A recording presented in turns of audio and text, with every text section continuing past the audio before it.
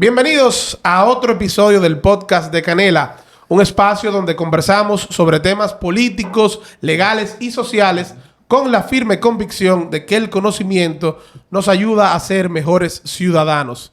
En el día de hoy tenemos un invitado muy especial. Está con nosotros el diputado por la circunscripción número 1 del Distrito Nacional, también vicepresidente del partido Opción Democrática. Yo diría que tal vez uno de los diputados más queridos de esta circunscripción y el que más la gente ha lamentado que no continúa en el próximo periodo. Está con nosotros José Horacio Rodríguez. José Horacio, muchísimas gracias de verdad por aceptar nuestra invitación para este conversatorio. Gracias a ti, hermano. Para mí un gusto que poder estar aquí compartiendo e intercambiando ideas como lo venimos haciendo desde hace muchos años. Eso es así, eso es así. Vamos a hablar hoy un poquito de todo, de política, de proyectos de ley, del futuro de José Horacio. La verdad que hay muchas cosas interesantes y muchos temas que conversar contigo. Pero yo quiero empezar, ya sé que mucha gente te conoce, pero yo creo que siempre es bueno tocar base de ¿por qué entra José Horacio a la política? Sobre todo en una época que estamos viviendo donde desde la juventud hay tanta apatía hacia la política. Bueno, yo entro comienzo a hacer política de muy joven, pero no desde ningún partido, sino en movimientos sociales que tenían como trasfondo demandas políticas, por ejemplo, por la defensa del medio ambiente, por una justicia independiente, por una educación pública de calidad, bien financiada, por muchos temas en los que justicia fiscal. Recuerdo en el 2012 cuando nos manifestamos en contra del paquetazo fiscal que aumentó el ITEVIS de un 16 a un 18%. Inmediatamente llegando, Danilo. Y yo estaba en ese momento haciendo mi maestría en España, en Madrid. Y armé un grupo de dominicanos para que fuéramos frente a la embajada dominicana a protestar contra ese paquetazo que aumentaba los impuestos y fomentaba un sistema de impuestos tributarios más regresivo que hace que se sacrifique más quienes menos ingresos tienen. Y todas esas causas y luchas sociales me terminaron llevando a la política cuando entendí que el trasfondo de todas esas luchas son decisiones políticas y que queremos que esas decisiones se tomen a favor de las grandes mayorías, de la justicia social, del bien común. Hay que participar para que esas decisiones se tomen de esa manera. Hay que entrar al sistema, no se puede solamente desde afuera. Y eso es lo que me da el paso hacia decidir hacer militancia política, pero lo comienzo a hacer en el año 2014 creando una nueva plataforma. Y comenzamos a formar Opción Democrática en ese año, aunque mucha gente vino a conocerla ahora, sí, porque fue después de 10 años la primera vez que la casilla de Opción Democrática apareció en la boleta electoral. Fue en esta selección del 2024. Porque hubo una alianza en el camino. En el camino nos negaron el reconocimiento de manera arbitraria, acudimos al Tribunal Constitucional, el Tribunal Constitucional nos dio la razón. Entonces en el 2018 fue que alcanzamos el reconocimiento por primera vez. Pero en el 2020 nos fusionamos con Alianza País porque las leyes electorales de manera injusta nos impedían hacer alianzas. Pero luego esa ley que impedía las alianzas de los partidos nuevos fue declarada inconstitucional. Okay. Y entonces eso permitió que luego de esa fusión deshiciéramos la fusión, de alguna manera se anulara. Se divorciaron. Sí, y que nos devolvieran el reconocimiento porque el Tribunal Constitucional y la Junta Central Electoral también lo reconoció, que impedirnos haber hecho la alianza, lo que nos llevó a la fusión, violaba nuestros derechos constitucionales a la igualdad como partido frente a los otros partidos, a la participación política, a la libertad de asociación. Claro. Y entonces, para restituirnos esos derechos, nos devuelven el reconocimiento en el año 2022. Entonces, la primera vez que Opción Democrática aparece en la boleta fueron en las elecciones de este año 2024. Claro. Pero eso fue resultado de 10 años de trabajo que iniciaron en el 2014. Que no es nada fácil. Te pregunto, vimos que tú inicias con una serie de luchas sociales. Si vemos en retrospectiva, año 2024, José Horacio tal vez arranca con esa lucha que 2009, 2010. Por ahí, 2008. Tuvo por ahí también lo del 4% de la educación. Fue en el 2010. ¿Cómo entiendes tú que hemos avanzado o retrocedido en esas luchas que enarbolabas en ese momento con mira lo que estamos viviendo hoy en día? Bueno, en su momento hubo conquistas inmediatas. Yo recuerdo que una de esas luchas fue contra la construcción de una cementera en el Parque Nacional de los Haitises. Y eso nosotros éramos estudiantes universitarios. Yo estaba en la Pucamaima estudiando y me acuerdo que íbamos a protestar al Parque La Lira, mientras habían algunos otros que estaban instalando un campamento allá en los Haitises. protestando contra eso, porque eso violaba la Ley General de Medio Ambiente y la Ley Sectorial de Áreas Protegidas. Y, por ejemplo, esa fue una lucha que se ganó inmediatamente, porque el gobierno tuvo que, habiéndole ya otorgado el permiso, revocar el permiso y la cementera se tuvo que reubicar. La cementera se hizo muy bien que se haga, pero en una zona donde no tenga un impacto, en un área protegida, que es una fuente de agua para el país, como lo es el Parque Nacional de los Haitises. El 4%, por ejemplo, se ganó después de varios años también, pero en el camino hay aprendizajes. Vimos que no basta con una asignación presupuestaria, sino hay un compromiso político de ejecutar bien ese 4% y de destinarlo a la mejora de la calidad. No solamente dar dinero.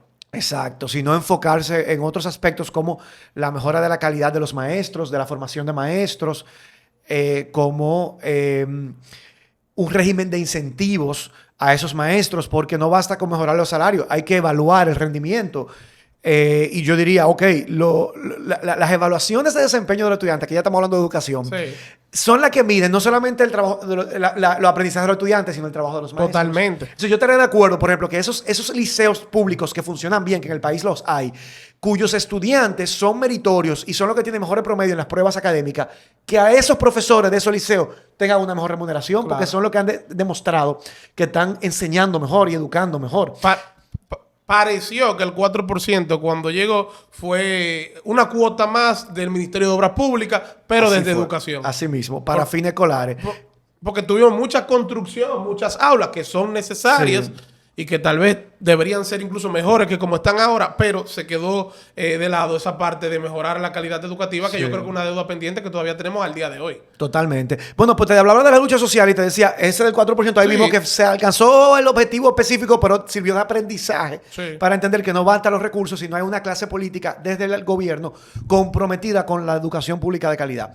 Pero, por ejemplo, pienso también en la lucha contra la corrupción y la impunidad. Mira, yo pienso que esa es una tarea pendiente todavía, pero se han dado pequeños pasos de avance. Hoy en día tenemos un ministerio público con mayores niveles de confianza de la ciudadanía y que ha comenzado a investigar casos de corrupción, algo que antes no se veía, y fue producto de esas luchas ciudadanas. Creo que eso está incompleto porque, bueno, han pasado 4 años, no se tienen condenas, pero por lo menos ya se entiende que hay personas que no son intocables por ser ministros. Más de 4 años, porque yo creo que hay que irse un poquito más atrás. O sea, yo creo que el primer vestigio de lucha contra la corrupción, aunque tal vez no fue sincera, pero sí se dieron acciones, fue Odebrecht. Así fue. Y de Odebrecht, la verdad que los resultados que tenemos no fueron lo que la gente tal vez esperaba cuando se dieron los primeros apresamientos por allá por el 2016. Y eso se aperturó, esos casos de Odebrecht, por la presión de la ciudadanía, porque si no, meses antes de que iniciara la primera marcha verde, hay una declaración del expresidente de la República que dice, ¿cuál corrupción? ¿Dónde están los casos de corrupción? ¿Y a quién tenía atrás el presidente cuando dijo eso? A uno de los imputados hoy en el caso Coral, por ejemplo. Bueno, mira ese ejemplo. Y lo decía en respuesta, creo que a un informe de la embajada norteamericana que criticaba los niveles de corrupción del gobierno. Sí. Entonces él decía, ¿pero cuál corrupción? Dígame dónde están los casos de corrupción. Y el país salió meses después. Eso fue como en octubre. Y en enero del 2017 estaba la multitud de gente en las calles reclamando justicia, reclamando fin a la impunidad. Y eso presionó para que el Ministerio Público... Entonces yo creo que ese inicio que tú dices fue un resultado también de la lucha ciudadana. Totalmente. Esa marcha verde la recuerdo. Incluso yo participé de ella. Fue una marcha gigantesca que si recordamos y hacemos memoria... Al final, ese fue el año que el presidente en su discurso del 27 de febrero dice que va a luchar contra la corrupción, que caiga quien caiga, y entonces empieza el teatrico que realmente... fue un teatrico más o menos que se montó desde la Procuraduría con todo un aparataje en junio de ese año 2017. Que luego del 2020, cuando vemos que llega la actual procuradora, uno tiene ciertas esperanzas, pero hay gente que dice que no tenemos Ministerio Público Independiente, que solamente para los del gobierno anterior. ¿Cuál es tu parecer con respecto a ese tema? Porque a los del actual hay que revisarlo también. Mira, yo soy de la opinión que no, mientras el Procurador General de la República sea de libre designación, directamente por un decreto, en el momento que lo quiera, por el presidente de la República, nunca habrá un Ministerio Público Independiente. Porque no solamente lo designa, sino que lo destituye y no solamente lo designa por un periodo fijo, que le daría ciertos niveles de independencia cuando tú sabes que te designan por un tiempo fijo, sino que además lo puedes remover cualquier día que se levante por un decreto que nada más tiene que firmar. Totalmente. Entonces, para mí, desde ese punto de vista, en la configuración constitucional, por más que se diga que el Ministerio Público es independiente de independencia presupuestaria administrativa, si es de libre remoción a discreción en cualquier momento por el presidente de turno, nunca va a ser completamente independiente. Y estoy de acuerdo contigo. En estos 4 años hemos visto funcionarios que han sido destituidos de cargo por el rumor público, pero ninguno ha sido sometido a una investigación de la justicia. Quienes hemos visto que han sido sometidos a la investigación de la justicia son los del gobierno de Danilo Medina, vamos a decirlo claro. Sí. Únicamente. Sí, sí. Y no ese es el único gobierno en el que ha habido corrupción. Hubo un solo caso, y fue el de la Operación 13, digámoslo así, que fue el de la lotería, que ese sí fue de este gobierno, que se inició y al final descargaron al que era, y todavía el caso está en los tribunales, pero eso fue un caso contra alguien de este gobierno, pero la mayoría de los casos han sido contra el gobierno anterior. Tú hablabas de que mientras el procurador lo nombra el presidente mediante un decreto, será difícil hablar de Ministerio Público independiente. Pero ¿cuál es la fórmula, José Horacio? El día pasado, en este mismo podcast, conversamos con Miguel Valerio, el abogado penalista, y hablábamos de ese tema. Y él decía, más que coincidíamos, él decía de que no era un tema a tratar, ese de que sea otra la fórmula de nombrar al Procurador General de la República.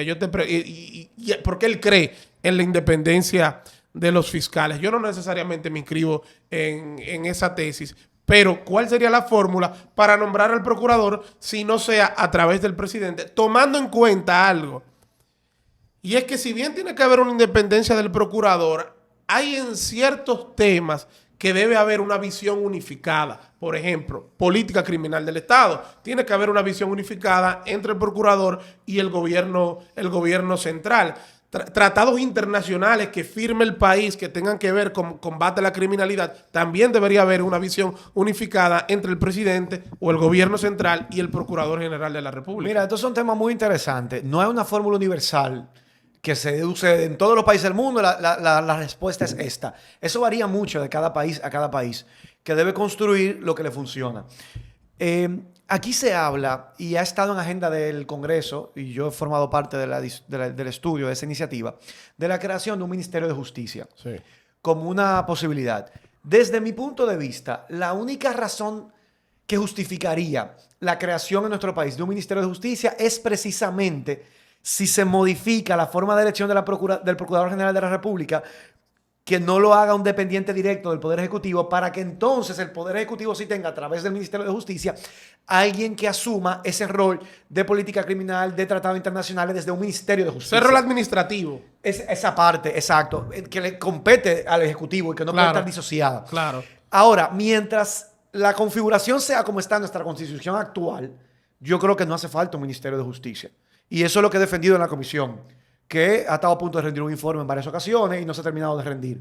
Porque en la configuración actual, lo que tú estarías haciendo es mantiene un procurador que es de libre designación por el presidente de la República, sí, que de alguna manera termina siendo alguien, ¿verdad?, un brazo del Ejecutivo en la medida en que lo designa el Ejecutivo. Es que tiene un conflicto de intereses directo. Por más que tú quieras, tiene un conflicto de intereses. Y entonces tú le estás quitando un poquito de atribuciones a la Procuraduría, a la Cancillería, al Ministerio de Economía, Planificación y Desarrollo, a la Consultoría Jurídica del Poder Ejecutivo y a una serie de instituciones para aglutinarla en un nuevo ministerio, que es una nueva entidad burocrática en la que tú tienes que designar más ministros, viceministros, directores, subdirectores, encargados administrativos, financieros, de recursos humanos, de redes sociales, de comunicaciones, y una cantidad de abultar la nómina pública para una función que ahora mismo está muy bien ejerciendo otras instituciones del Estado, cada uno asumiendo esas funciones. Entonces, cuando yo voy a la función del ministerio, decía, ok, pero que tú lo que estás haciendo es quitándole un chin a cada quien. ¿Y cuál es el aporte nuevo? Para mí, el único aporte sería ese, que tú permites descargar para darle más autonomía o independencia al Procurador General de la República, sí, y las funciones que son inherentes que debe asumir el Ejecutivo las asume este ministro de Justicia. Por eso yo decía en la comisión y en mi posición, hasta que no se haga una reforma constitucional que cambie la forma de elección del Procurador General de la República, yo no estoy de acuerdo con crear un Ministerio de Justicia, porque para mí es un abultamiento de la burocracia estatal, de la nómina pública, sin una necesidad real. Que sí habría esa necesidad, sí, el Ministerio Público Independiente, por lo que tú dices, claro, que hay funciones que son directamente del Ejecutivo que tiene que tratar. ¿Y qué fórmula se podría hacer para un Procurador General de la República si decidimos irnos por esa vía, darle mayor independencia. Yo pienso que igual el presidente de la República debe participar en su designación. Ok. Por lo mismo que tú decías, de lo estrecho que es. Es que tiene que haber un vínculo. Tiene que haber un vínculo. De una u otra manera. Pero yo creo que sí, tiene que ser por un periodo de tiempo fijo y que podría quizá también involucrarse al Poder Legislativo en su elección, como sucede con otros cargos, que el presidente manda una terna, y el presidente y el Congreso toma de la terna y es por un tiempo fijo. O sea, al final es alguien que el presidente ha sugerido, el Congreso tiene que aprobarlo y el tiempo es fijo y delimitado que le permite saber que independientemente de cómo actúe, no podrá ser removido. No va a haber una destitución, que la destitución tal vez sea a través del Congreso. O a través del Congreso, que es un órgano en el que al principio debe haber pluralidad democrática y las diferentes fuerzas políticas están representadas. Entonces yo pienso que por ahí iría mi propuesta de... ¿Y el procurador en el Consejo Nacional de la Magistratura se queda o hay que sacarlo? ¿Qué crees tú? Bueno, sobre todo porque es un tema que viene ahora, una reforma constitucional que tal vez este Congreso no la va a estudiar, pero que en los próximos meses se va a tener que ver. Yo creo que eso dependería también de si se deja el procurador de libre designación por decreto. Para mí debería sacarse del Consejo Nacional de la Magistratura. Ahora, sí, porque es un voto más.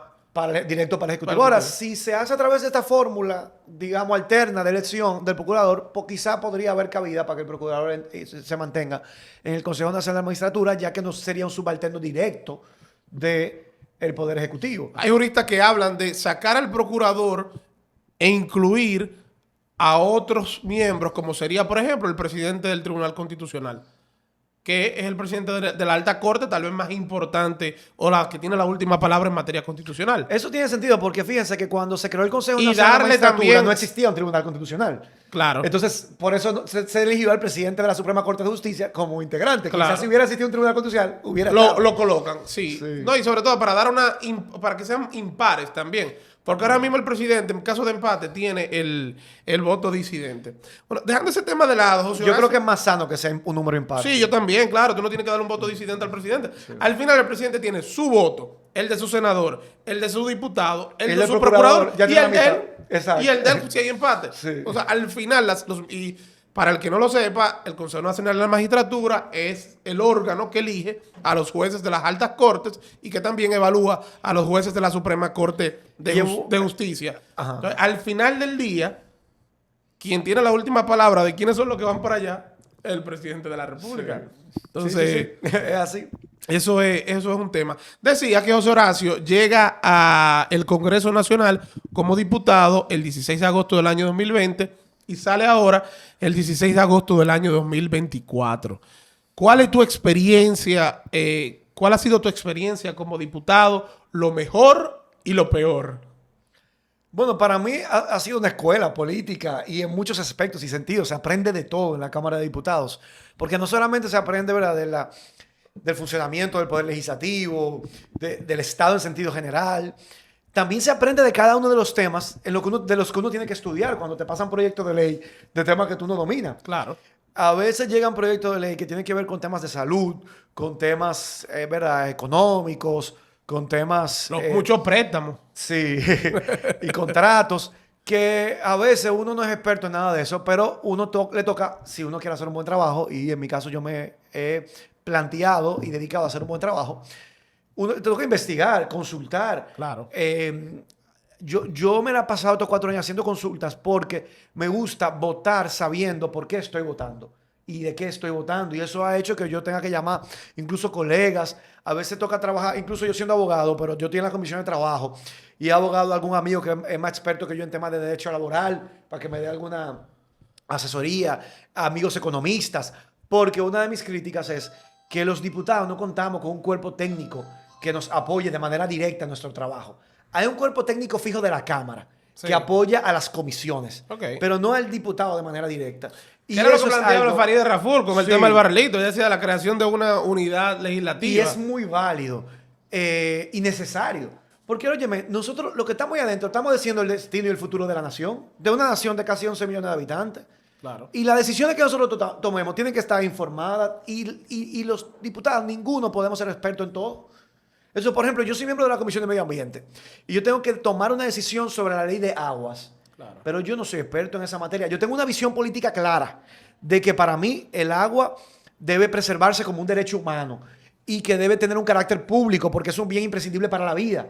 Y entonces que eso debe traducirse en políticas públicas que garanticen el acceso universal al agua de toda la población. Ahora, en términos técnicos de cómo se configura eso en una ley, yo eso no lo domino. Yo en eso no soy experto. ¿Quiénes me van a apoyar a mí a hacer ese trabajo? A veces, porque se habló en un momento de que se quería privatizar el agua. Sí. A veces entonces te lo plantean de una manera que tú ni siquiera te das cuenta porque tú no eres experto en el tema. Y para eso hace falta un apoyo técnico. No puede ser que dependa de que cada diputado sea experto en todo lo que ahí ¿Y se va a ustedes no tratar. tienen presupuesto para ese apoyo técnico? No hay un presupuesto. Lo más que se le asigna es una asistente legislativa, pero no es... Pero que tampoco puede ser experta en todos los temas. Tampoco es experta en todos los temas y tampoco es una... El puesto no está previsto para alguien altamente calificado. Porque el no salario es una que posición tiene atractiva. no es una posición atractiva. No es una posición atractiva para yo decir, óyeme, un experto en derecho constitucional que Claro. tiene una maestría que pueda trabajar conmigo porque no va a ser atractivo. No para tiene esa una persona. posición de 250,000 pesos, por ejemplo. Exacto, y a veces ni siquiera tan alta, tal vez quizás por 150,000 tú lo puedas contratar. Vamos a Claro. ver, como si tienen, por ejemplo, los jueces del Tribunal Constitucional.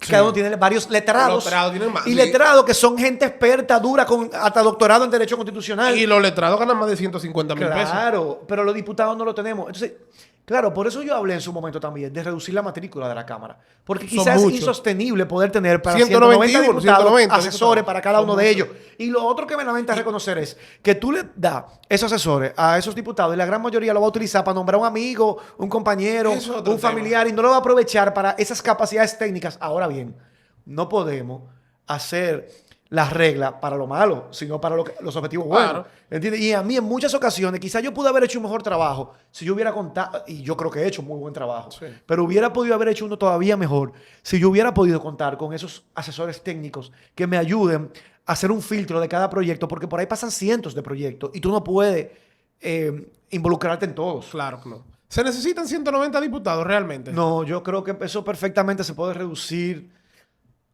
Para mí un buen número, porque yo tampoco soy tan dramático de que la mitad, o sea, no. El Congreso tiene que ser lo suficientemente amplio para garantizar la diversidad de los diferentes sectores de la sociedad y para permitir el acceso de diferentes sectores sociales al Congreso, que cuando tú lo restringes demasiado como el Senado Sí. es casi inaccesible. Claro. Pero tampoco tan amplio que se vuelva un espacio ineficiente, como yo creo que hoy en día puede estar rozando esa ineficiencia. Y yo por eso creo que quizá un buen número puede andar alrededor de los 150. Ojo, eso era lo que había hace 20 años, 150 diputados. Se han ido agregando. Se fueron agregando hasta el 2010, que ya finalmente se congeló en 190. Pero en el 2002 eran 149 diputados. En el 2006 eran 178. Entonces en el 2010 aumenta a 190. Y eso nos respondió, ese aumento, pensando en mejorar la calidad de la representación. O a una necesidad. Un país de 10 millones, 11 millones de habitantes, tener un Congreso, Nosotros somos- 190 diputados, 32 senadores. Un Nosotros, Congreso 122 grande. nosotros somos el segundo país de América Latina con más legisladores per cápita. Solamente nos gana Uruguay porque es un país de como 4 millones de habitantes, Sí. y pero un territorio más amplio que el nuestro. Y es el único país que tiene más legisladores por habitante. Por que nosotros. cada Por persona. habitante. Sí, per por cápita. habitante, Porque, sí. ¿verdad? Países como México andan como por los 500 y pico, pero Sí. tiene... No, y Estados Unidos 100 y también, pico. pero Bueno, yo creo que igual, pero yo hice ese estudio porque yo me senté a analizarlo por Sí. América Latina, no incluye Estados Unidos. Ok. Y creo que igual no tendría más que nosotros. Legisladores sí. per cápita. Per cápita. ok, per cápita. No, en total. Sí, no, en tiene total más. sí, en total sí. Sí, Pero sí, yo digo sí. per cápita. Ok. Nosotros estamos en segundo lugar. Increíble, increíble. Sé que uno de los proyectos que trabajaste durante tu labor como diputado fue el proyecto de ley de licencia de paternidad. Como todos sabemos, actualmente el Código de Trabajo estipula 2 días de licencia para el hombre que le nace un hijo o una hija. ¿En qué está ese proyecto? Al principio eran 15, te lo rechazaron, te transaste por 10. ¿En qué está el proyecto actualmente? Está en la Comisión de Seguridad Social de la Cámara, del Senado. La Cámara de Diputados lo ha aprobado en 2 ocasiones y el Senado lo dejó perimir en una primera ocasión, y en esta segunda ocasión el Senado lo tiene desde septiembre pasado y está a punto de dejarlo perimir. Otra vez, ahora se acaba En julio, ahora el 26 de julio. acaba la segunda Sí, legislatura, la acaba primera la- legislatura del año. del año, pero sería la segunda, del proyecto, y correcto. perimiría. La verdad que es una falta para mí de compromiso del Senado con las familias dominicanas. Ya en el sector público se reconocen 15 días laborables. Sí. Y Muchas empresas privadas reconocen más. muchas empresas privadas Varios ya dan bancos, más. por ejemplo. Creo que el BHD reconoce 10. Y agencias Y el publicitarias como Banreserva Capital. también reconoce más. Entonces, Sí, y la verdad, empresas así como la cervecería, Brugal, Sí, sí. reconocen más. Entonces, la verdad que es muy decepcionante porque muchísimos legisladores se atribuyen la paternidad del proyecto de ley que crea una licencia de paternidad, pero ha faltado compromiso para empujarlo. Finalmente, el proyecto que se aprobó fue una autoría compartida mía con el diputado Johnny Medina de Puerto Plata, del PRM.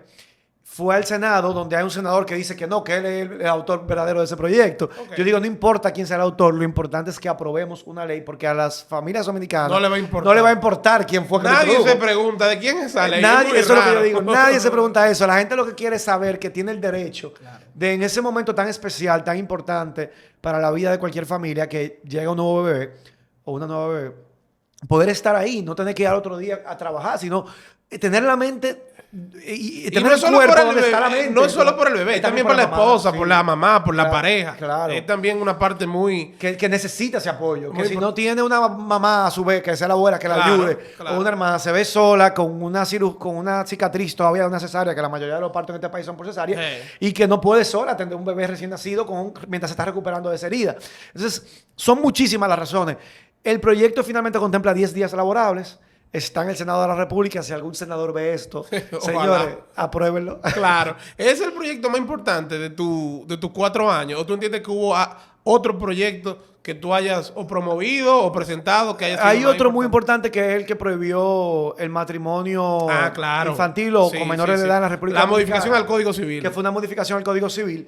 Y ese proyecto fue un proyecto mío. Porque la discusión había estado en el Congreso desde hacía años, en ocasión de que está pendiente actualizar el Código Civil. Y hay un proyecto de Código Civil rondando 20 años en el Congreso que no termina de aprobarse. Estuvo a punto de aprobarse, se aprobó creo que en primera lectura o en la Cámara de Diputados en el cuatrenio anterior, y estaba la discusión del tema de la edad para contraer matrimonio. Pero cuando yo llegué al Congreso, yo dije, espérate, el Código Civil tiene 2.000 artículos, son más de 500 páginas, la Comisión de Justicia va a priorizar el Código Penal. Vamos en lo que el H le va y viene, vamos a hacer una modificación al Código Civil. Aprobar este proyecto. Y logramos que se apruebe. Claro. Yo digo, el logro es compartido, porque yo presenté la iniciativa, yo cabildeé su aprobación, pero para que eso se apruebe, tú necesitas más de 96 diputados, más de 16 senadores, y después que el presidente lo promulgue. Al final Tenía que haber una voluntad. Tiene que haber una voluntad. Pero logramos yo fui el proponente, yo fui que cabildeé, yo fui que propuse, y logramos reunir ese consenso amplio. Pacheco se fajó también a convencer a algunos PRMistas que no estaban de acuerdo. Y se logró convertir en ley. Así que yo pienso que ese es uno de mis principales legados que yo dejo como diputado en este cuatrenio.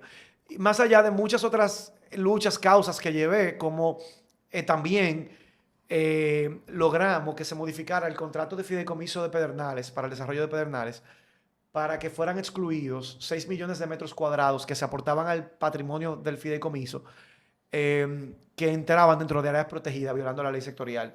El total del patrimonio incluía 39 millones de metros cuadrados, pero 6 de esos 39 millones estaban dentro de área protegida y eso no estaba correcto.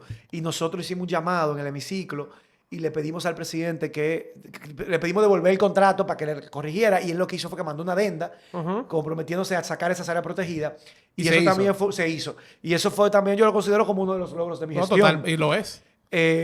Y en diferentes oportunidades también, bueno, el reclamo para la aplicación del ajuste por inflación, aunque no lo he logrado, puse el tema en la agenda del Congreso Nacional. Generé sensibilidad a muchos legisladores que ni entendían eso, que eso pasaba y no se daban cuenta. Que la gente no lo entienda.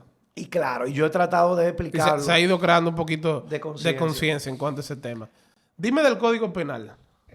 ¿Qué vamos a hacer con el Código Penal? Estamos a la luz prácticamente a las puertas de una aprobación de un nuevo Código Penal que deja fuera algunas de tus luchas, como por ejemplo es el tema de las 3 causales. Se queda fuera en este proyecto de ley, que ha recibido críticas, por ejemplo, del diputado Eugenio Cedeño con relación a la sanción por la actividad sexual no consentida, que es la actividad dentro, o sea, digamos que lo que sería una violación dentro del marco de una relación de pareja.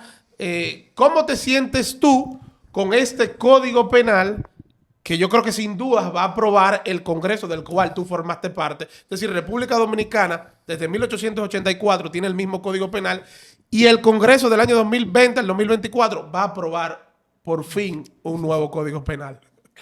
Sí, todo parece indicar que sí, que se va a aprobar el nuevo Código Penal. Yo espero que todavía estemos a tiempo de corregir algunos entuertos que tiene ese código.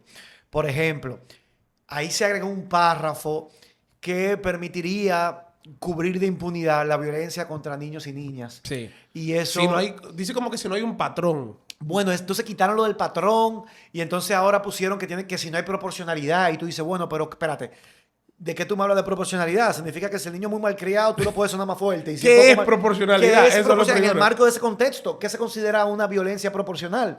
¿Proporcional a qué? A la malcriadeza que hizo el niño. Entonces, si es muy malcriado, tú lo puedes dar muy duro. Y si es poco malcriado, entonces tú lo puedes dar más suave. O sea, eso me parece Absurdo. un retroceso. Totalmente. Porque además, el Código de Niños, Niñas y Adolescentes del 2003 proscribe la posibilidad de la violencia física, de la disciplina física. Y estaríamos retrocediendo en el tiempo. Eso fue un paso de avance, iniciando el siglo XXI. Y entonces ahora vamos a echar para atrás. O sea, ese es ¿Y uno de los por qué, temas además? que yo considero un entuerto. El tema también de incluir en el Código Penal el tema de las jurisdicciones penales militares también me parece un retroceso. Recordemos que el Código Procesal ¿Y Penal eso del no país... importa el delito? No. Hay unas excepciones. Si es un delito contra el patrimonio público, por ejemplo, de corrupción, no aplica. Sí, porque ahora tenemos muchos militares en Sí. la justicia, por ejemplo. No. La gente se pregunta, ¿iría a una jurisdicción militar? Tiene algunas excepciones, Ok. no es así amplio, Ok. pero aún así me parece que hace mucho ruido porque el Código Procesal Penal estableció ¿El homicidio está o no está, por ejemplo? específicamente el homicidio, no lo recuerdo que se haya sacado. Ok. Pero, por ejemplo, todo lo que son tipos penales que están en el Código Penal deben ser conocidos por la jurisdicción penal ordinaria. Claro. Y eso es lo que dice el Código Procesal Penal, que estableció la universalidad de la jurisdicción penal, sea usted civil o militar. Ahora, eso sin perjuicio de que hayan tribunales de carácter disciplinario. De falta de carácter militar. De falta que son de carácter militar, pero es que esa falta de carácter militar no está en el código, por lo tanto el código no tiene que hablar de No, eso. eso está en la ley de la Fuerza Eso Armada. está en la ley propia de la Fuerza Armada que tiene que ser regulado por esa ley sectorial. Por eso a mí eso me hace mucho ruido. Está el tema de la imprescriptibilidad de la corrupción, que yo he defendido. Pero lo tienen ahora 20 años. Se aumentó a 20, pero porque nosotros estábamos, o sea, estamos en 10. Estaba en 10. Y hoy en día está en 10. Pero la Constitución Sí, de la porque hoy en República... día la prescripción más larga en materia penal es 10 años. Es de 10 años. Sí. Pero la Constitución de la República dice que el legislador podrá, en materia de corrupción, ampliar los plazos de prescripción. Y eso es lo que se está haciendo. Pero se logró llegar a 20 porque nosotros insistimos tanto con la imprescriptibilidad. Claro. En la comisión bicameral, yo me acuerdo Faride, Antonio Tavera, Pedro Catrén y yo, hablamos tanto de que tenía que ser imprescriptible que finalmente porque lo querían dejar en 10, se transaron con 20 como para complacernos. Y yo creo que... Que sea imprescriptible para que la gente lo entienda, el que no está escuchando, que no es abogado, es que en cualquier momento usted lo pueda perseguir. Exacto. No importa el tiempo que haya pasado. Hace 30 años, bueno, no, pero ahora nos dimos cuenta, vamos a perseguirlo. Eso era lo que buscaban. Ahora 20 años. Pero 20 hay que lo se reconocer está que es un tratando. paso de avance. Es un paso de avance. Es un sin paso de duda, avance. Porque actualmente es 10. Sí. Entonces sí, ahí hay varios temas más, como el tema de la discriminación, ha generado mucha controversia en el seno de la comisión, porque ahí se sacó algo que ya estaba en el proyecto que depositó Pacheco, Sí. que el único concepto por el cual, el artículo 185 te cita por cuáles causas tú no puedes dar un trato diferenciado a una persona, tú no le puedes dar un trato diferenciado que le inhabilite de acceder a un derecho, Sí. como el derecho a la educación, como el derecho a una persona, a la salud, a una persona por su edad, por su color de piel, por su opinión política, por su religión, y se sacó ahí el concepto de orientación sexual. Entonces, yo me puse a eso y dije, espérate, pero si ustedes lo único que están sacando eso, ¿qué ustedes quieren? ¿Cuál es el mensaje que ustedes envían con Claro, eso? claro. Tú le puedes dar un trato diferenciado que menoscabe el ejercicio de un derecho a alguien por su orientación sexual. Y yo dije, yo no estoy de acuerdo con eso. Totalmente. Igualmente, entonces ahí viene también el tema de las causales. Yo sé que es un tema muy controversial. Desde mi punto de vista jurídico como abogado, para mí excluir o mantener penalizado de manera absoluta el aborto también viola la Constitución de la República porque desconoce derechos fundamentales que son inherentes a toda mujer y a toda niña, como el derecho a la vida, a la dignidad, a la integridad física y a la salud, que están protegidos por la Constitución y que la Constitución no suspende cuando una mujer se ve embarazada Claro. o una niña. Entonces, esa es mi opinión. Si lo aprobamos tal cual como está, también está violando derechos fundamentales y sería inconstitucional mantener penalizada de manera absoluta la interrupción del embarazo. Hoy en día se habla de que no, porque el artículo 42 de la Constitución, que habla de la integridad física, permite salvar la vida de la mujer. Bueno, pero eso no impidió que muriera Sí, hablan Adelkis ahí Félix, la asistente del senador Iván Lorenzo. Eso no ha impedido que mueran muchas mujeres, sobre todo mujeres pobres. Ahí hablan del estado de necesidad. En eso es que se... Pero entonces eso tiene que estar más claro en el proyecto, porque no lo está.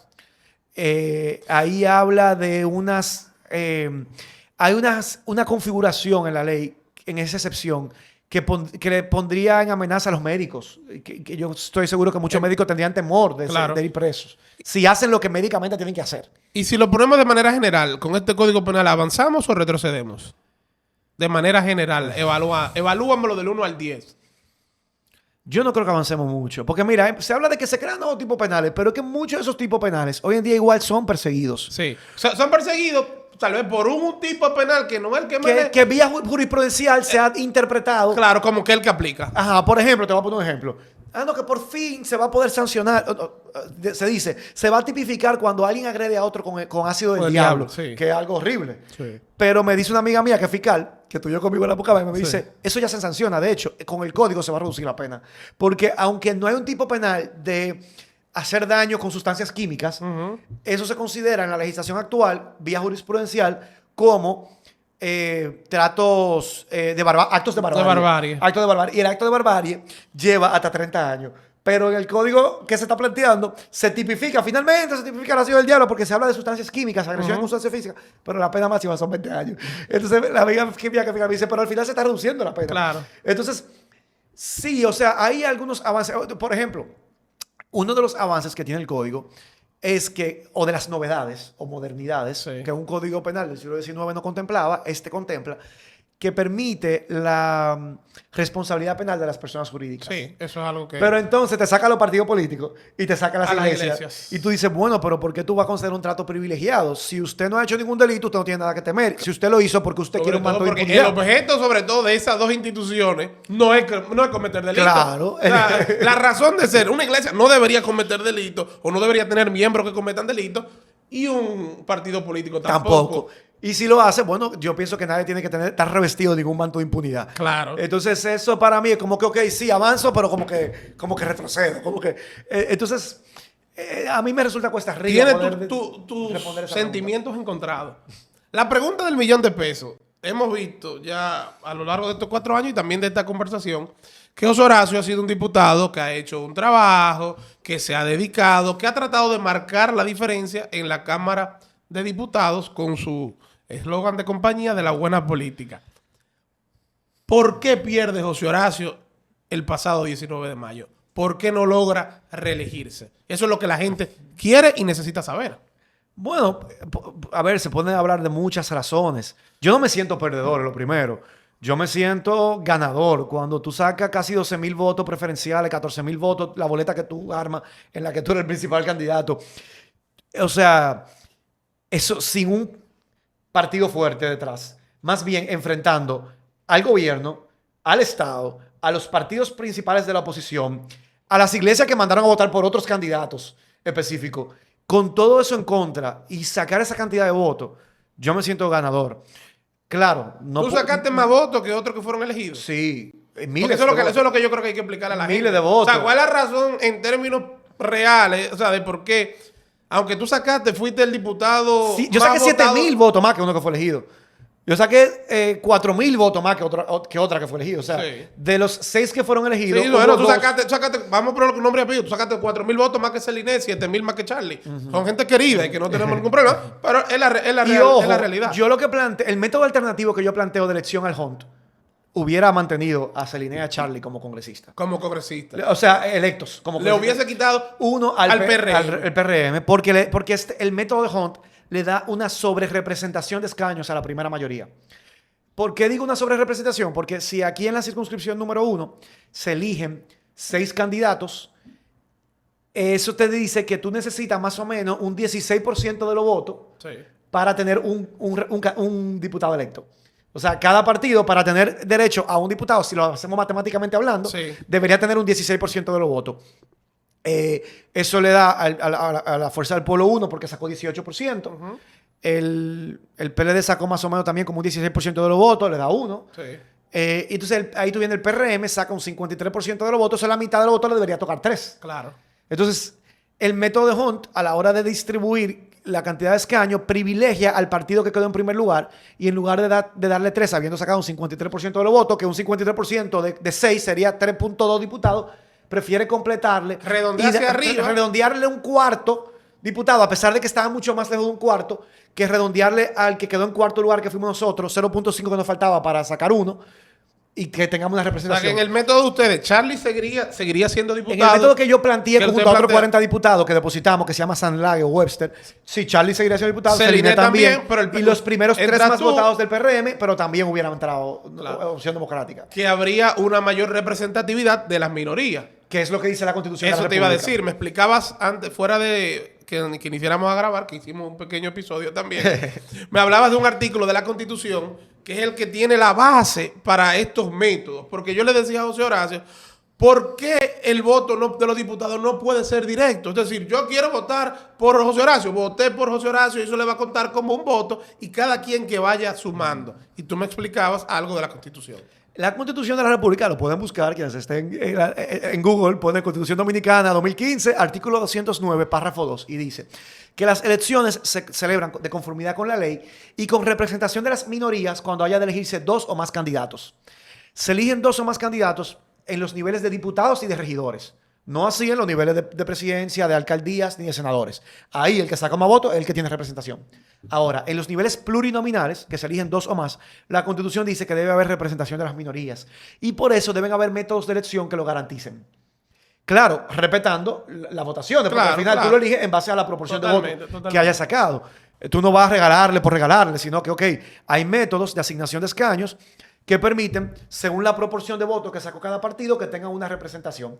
El método de Hunt es un método que favorece no a los partidos mayoritarios, no, al partido que quedó en primer lugar. Porque nosotros tenemos 3 partidos mayoritarios, Sí. pero solamente el que quedó en primer lugar es el que favorece ese método. Y prácticamente obstaculiza la representación de la minoría y que obstaculiza la representación de la segunda mayoría en la mayoría de demarcaciones de 2 y de 3. El método alternativo Sanlage garantiza mucho mayor representación de la segunda mayoría en los métodos, en las demarcaciones de 2 y de 3, y permite que en demarcaciones amplias de más de 5 o 6 escaños facilita el acceso de las minorías a los escaños de representación. No regalando el escaño, No, hay que sino sacarlo. que a la hora de distribuirlo, lo distribuye de manera un poquito más justa. ¿Por qué? Porque nosotros... Porque sacaste a 12,000 votos, no era regalarte un Claro, escaño. no. Si tú ganabas con 12,000 votos, no te estaban Y regalando el además, escaño. nosotros como partido estábamos más cerca, cuando tú haces la distribución matemática proporcional de escaños, estamos más cerca de un diputado que lo que estaba el PRM de un cuarto. ¿Entiendes? Entonces, Claro. cuando tú lo analizas matemáticamente, es más justo porque nos faltaba menos para llegar a 1 que lo que le faltaba al PRM para llegar a 4. ¿Entiendes? Para llegar a 4, Hasta por pura lógica. el PRM le faltaba 13% de los votos. Sí. Para nosotros llegar a 1, nos faltaba 8%. Prefiere privilegiar a uno que ya tiene 3, completarle 13 puntos, que a uno que le falta 1, completarle Dale 8. 8. ¿Entiendes? Entonces, ¿por qué a uno y no a otro? Ah, bueno, eso es arbitrario. Entonces, para eso están los métodos. Entonces, el método Sanlage o Webster, ¿por qué lo considero más justo? Porque garantiza una distribución general más cercana a la proporcionalidad de votos que sacó cada partido y porque permite garantizar lo que dice la Constitución Dominicana en el artículo 209, párrafo 2. Ahí habría que modificar la ley electoral. No, es ¿Dónde una está el ley método de especial.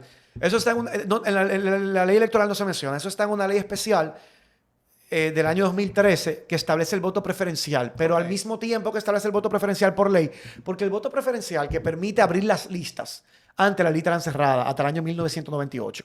A partir del 2002 se abrieron las listas y a partir de ahí el ciudadano puede elegir el diputado que prefiere de la lista abierta que le presenta el partido. Ok. Pero eso no se hizo por ley, eso se hizo por una resolución de la Junta. Cuando se amenazaba que se quería echar para atrás, los diputados y senadores de ese momento, en el 2013, lo establecieron por ley para que la Junta no pueda echarlo para atrás. Claro. Pero al mismo tiempo ahí, porque también el método de Hunt estaba también por resoluciones, pusieron en la ley que se hará por voto preferencial aplicando el método de Hunt. Entonces, la propuesta de ley que yo deposité junto a otros 40 diputados modifica esa ley, específicamente el artículo 4, ahora no me acuerdo el número exacto de la ley, es del año 2013, y dice que sustituye el método de Hunt por el método Sanlage o Webster, que cuando tú analizas el resultado nacional de las elecciones aplicando el método Webster, la proporción de votos, perdón, la proporción de asientos en el Congreso de Diputados que tiene cada partido se asemeja mucho más a la proporción de votos a nivel nacional que sacó cada partido. Hoy en día tú tienes un partido como el PRM que sacó el 56% de los votos, felicidades, quedaron en primer lugar, pero le dan el 77% de los diputados.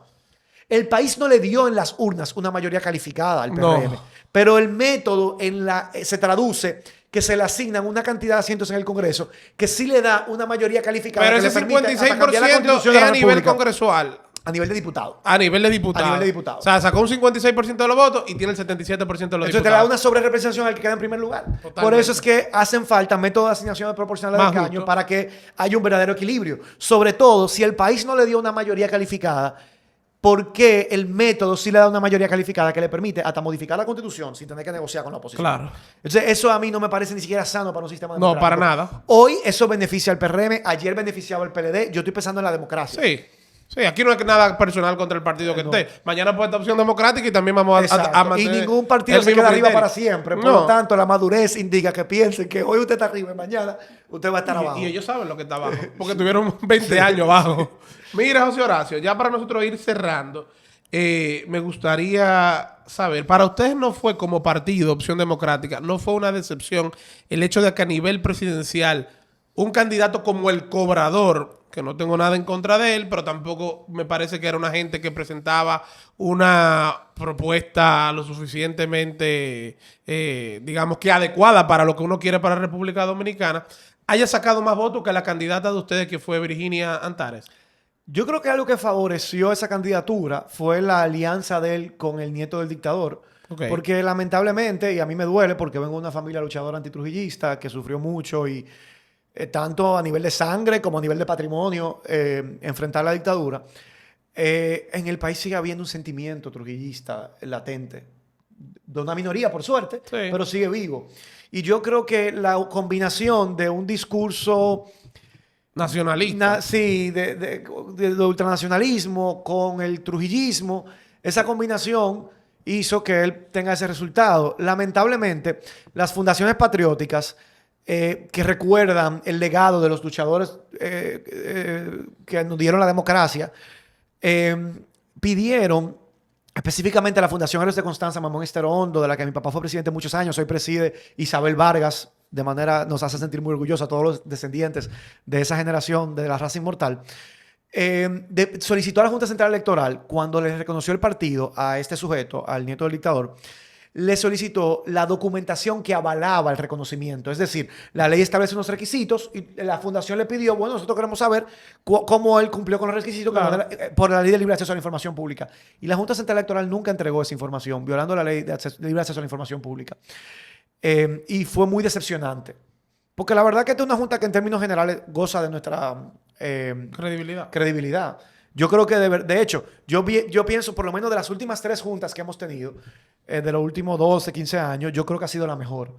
Pero en ese aspecto específico, la verdad que fue muy decepcionante porque, todo el que cumpla los requisitos tiene derecho a formar un partido. Nosotros, como Fundación de Patriótica, queríamos ver y confirmar que esos requisitos se habían cumplido, porque aquí han habido muchos reconocimientos arbitrarios de partidos políticos.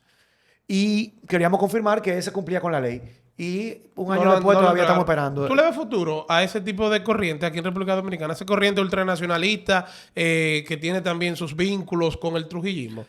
Yo espero que no, porque eso no lleva nada bueno a ningún país. Esos extremismos. Claro. A mí no me gustan los extremismos. Si bien a mí me identifican quizá como de izquierda, pero yo soy de centro. Claro, con una tendencia hacia el progresismo, la gente dice que ustedes son comunistas. Esa es de la cosa que le dicen. Pero a mí me da risa cuando tú te pusiste a que los yates no pagaran impuestos. No, exacto, pero eso no es comunismo. A ver, yo soy socialdemócrata. Que hoy en día se ha rodado la tuerca y eso se considera de izquierda, pero eso siempre ha sido el centro. Claro. La socialdemocracia. Lo que pasa es que ahora, quienes eran socialdemócratas, como eran se consideran de izquierda. Pero en verdad ese siempre ha sido el centro. Y eso es lo que yo me considero. No, y algunos que eran socialdemócratas ahora se han ido para otro lado también. Sí, exacto. Porque se han acomodado. Sí, los que eran socialdemócratas se han ido para la derecha. Entonces, pero yo apuesto a que nosotros podamos, desde alternativas políticas que nos identificamos con la democracia, con los derechos humanos, poder encantar y conectar con el electorado. Para eso estamos trabajando. ¿Qué esperar de José Horacio después del 16 de agosto? Porque José Horacio se va de la Cámara de Diputados, pero uno no quiere perderlo de la vida política. ¿Qué esperar de él? ¿Qué va a hacer José Horacio? Y con miras al 28, si hay algún plan ya en términos políticos. Yo me voy a concentrar en el fortalecimiento de Opción Democrática. Yo creo que hacen falta nuevos partidos políticos que asuman la defensa de los intereses de la ciudadanía y de la población en sentido general. Porque ya estamos cansados de partidos que defienden sus propios intereses o de algunas cúpulas. Y hacen falta partidos que representen el sentir, las necesidades de las grandes mayorías del país, y ese es el trabajo que vamos a estar haciendo y en el que yo me voy a enfocar en términos políticos, porque sigo en la política, en los próximos 4 años. Ya de aquí a allá, dentro de 3 años, estaremos evaluando si de nuevo asumimos una candidatura o no, pero es muy extemporáneo el tiempo para poder tomar esa decisión. Hermano, muchísimas gracias por esta conversación y te deseamos el mayor de los éxitos en los próximos proyectos que vienen ahora, en los próximos meses. Aquí esta puerta siempre va a estar abierta. Gracias, Canela, hermano. Para mí siempre un gusto, en verdad, compartir contigo. Señores, será hasta otro próximo episodio. Muchas gracias por siempre estar en contacto con nosotros.